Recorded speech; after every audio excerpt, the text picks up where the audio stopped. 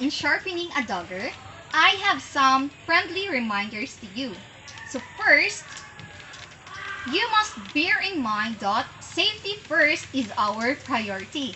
Do not act rashly. Second, if you are right-handed, focus on the right side of the dagger. Third, if you are left-handed, focus on the left side of the dagger. Do you know what is the reason?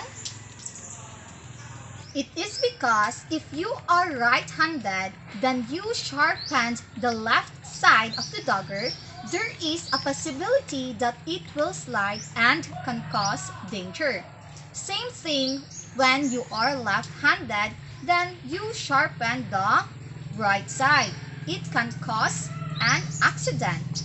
Fourth, if you are sharpening a dagger, make sure that you are holding the dagger itself, not the sharpener or the grindstone.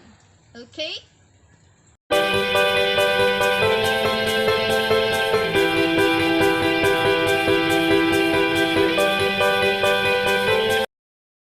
First, whether it is clean or dirty, put some water in the dagger.